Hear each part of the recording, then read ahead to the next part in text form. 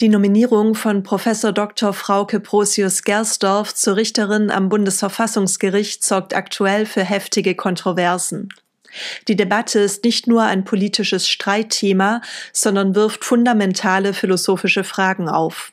Es geht um Menschenwürde, ethische Prinzipien in der Rechtsprechung und die Neutralität von Verfassungsrichtern in einer pluralistischen Demokratie.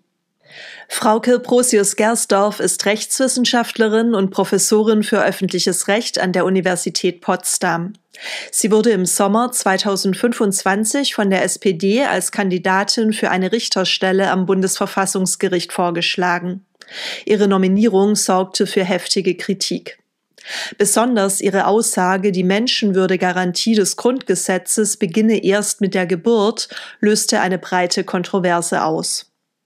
Ein zentraler Streitpunkt in der Debatte um Brosius-Gersdorf ist ihre Position, dass die Menschenwürdegarantie gemäß Artikel 1 des Grundgesetzes erst ab der Geburt gelte. Die Annahme, dass Menschenwürde überall dort gelte, wo menschliches Leben existiere, sei ein biologistisch-naturalistischer Fehlschluss. Diese Aussagen berühren zentrale Fragen der Moralphilosophie. Wann beginnt Menschenwürde und wie ist sie ontologisch zu begründen? Ist Menschenwürde eine inhärente Eigenschaft des biologischen Lebens oder ist sie an bestimmte soziale, rechtliche oder entwicklungsbedingte Kriterien geknüpft? Die Position von Brosius-Gersdorf entspricht einer funktionalistischen Sichtweise auf die Menschenwürde, die häufig in liberalen Kreisen vertreten wird. Brosius-Gersdorf stellt die Autonomie und Selbstbestimmung der Frau in den Vordergrund, insbesondere im Kontext von reproduktiven Rechten. Sie argumentiert, dass Schwangerschaftsabbrüche bis zur 12. Woche legalisiert werden sollten, ohne strafrechtliche Sanktionen. Aus biologischen Fakten wie menschlichem Leben lassen sich ihrer Ansicht nach keine normativen Konzepte wie Würde ableiten. Kritiker, insbesondere aus konservativen und religiösen Kreisen, vertreten eine essentialistische Auffassung der Menschenwürde. Sie betonen, dass die Würde des Menschen eine unveränderliche, inhärente Eigenschaft ist, die allen Menschen unabhängig von äußeren Umständen, Handlungen oder Merkmalen zukommt. Diese Auffassung basiert auf der Annahme, dass es eine Essenz oder ein unveränderliches Wesen des Menschen gibt, das seine Würde begründet. Diese Essenz wird oft mit Eigenschaften wie Vernunft, Autonomie, Freiheit oder Gottesebenbildlichkeit verknüpft. In Brosius-Gersdorfs Position sehen diese Kritiker einen Angriff auf den intrinsischen Wert des menschlichen Lebens ab der Empfängnis. Sie werfen ihr vor, die Menschenwürde zu relativieren, was mit den Grundwerten des Grundgesetzes unvereinbar sei. Die philosophische Frage, die sich hier stellt, ist, ob Menschenwürde ein absoluter Wert ist oder ob sie kontextuell und entwicklungsspezifisch definiert werden kann. Brosius-Gersdorf scheint Menschenwürde an bestimmte Kontexte und Fähigkeiten zu knüpfen, die sie frühestens ab der Geburt für gegeben sieht. Demzufolge plädiert sie für eine Entkriminalisierung von Schwangerschaftsabbrüchen bis zur 12. Woche und argumentiert, dass die aktuelle Regelung im Strafgesetzbuch Frauen stigmatisiere und ihre Selbstbestimmung unzulässig einschränke.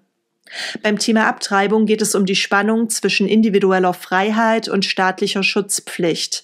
Solange der Fötus nicht als eigenständiges Subjekt mit vollen Rechten anerkannt wird, hat die Autonomie der Frau höchste Priorität. Kritiker hingegen berufen sich auf die staatliche Schutzpflicht für ungeborenes Leben, die im deutschen Verfassungsrecht verankert ist. Diese Schutzpflicht wird oft mit dem Prinzip der Menschenwürde verknüpft. Die Debatte führt in eine ethische Zwickmühle. Wie wiegt man die Autonomie der Frau gegen den Schutz des ungeborenen Lebens? Schau dir gerne meine Videos zu den Skip-Argumenten und Judith Jarvis Thomson an, wenn dich dieses Thema genauer interessiert. Ein weiterer Streitpunkt ist die Frage, ob Brosius-Gersdorf aufgrund ihrer klar formulierten Position die erforderliche Neutralität als Verfassungsrichterin mitbringt. Ethische Prinzipien wie Gerechtigkeit, Unparteilichkeit und Transparenz sind zentral für die Legitimität des Verfassungsgerichts, das als Hüter der Grundrechte fungiert. Das Ideal von Gerechtigkeit wird verkörpert von der römischen Göttin Justitia, die mit verbundenen Augen ein unparteiisches und neutrales Urteil spricht. Die Frage ist, wie können Richter ihre ethischen Überzeugungen mit der Pflicht zur Neutralität vereinbaren? Die Idee der Neutralität, wie sie etwa von Max Weber oder Hans Kelsen vertreten wird, fordert, dass Richter ihre persönlichen Überzeugungen zugunsten einer objektiven Rechtsanwendung zurückstellen. Brosius-Gersdorffs Kritiker argumentieren, dass ihre öffentlichen Äußerungen eine Voreingenommenheit andeuten, die mit dieser Neutralität unvereinbar sei. Sie werfen ihr vor, eine politisierende oder aktivistische Haltung einzunehmen, die die Unabhängigkeit des Bundesverfassungsgerichts gefährden könne. Ihre Unterstützung eines möglichen AfD-Verbots sowie ihre Position zu Themen wie Abtreibung, Frauenquoten, Ehegattensplitting und Corona-Impfpflicht werden als Indikatoren für eine vermeintlich ideologische Agenda gesehen. Ihre Befürworter argumentieren hingegen, dass ethische Prinzipien in der Rechtsprechung nicht statisch sind, sondern in einem dynamischen Spannungsfeld von Recht, Moral und gesellschaftlichem Wandel verhandelt werden müssen.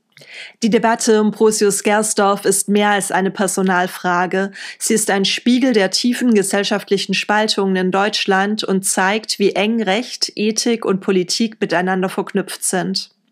Themen wie Abtreibung, AfD-Verbot, Frauenquoten oder Corona-Maßnahmen sind stark polarisierend und berühren Grundfragen des Zusammenlebens. Wie kann eine pluralistische Gesellschaft mit unterschiedlichen Wertvorstellungen umgehen, ohne in einen Kulturkampf zu verfallen? Die Debatte um Frauke Brosius-Gersdorff zwingt uns, über die Grundlagen der Menschenwürde, die Grenzen der Autonomie und die Rolle der Neutralität in der Rechtsprechung nachzudenken. Wie ist deine Meinung? Ist Brosius-Gersdorff eine geeignete Verfassungsrichterin? Hältst du die derzeitige Debatte für angemessen oder für übertrieben? Schreibe deine Meinung sehr gerne in die Kommentare.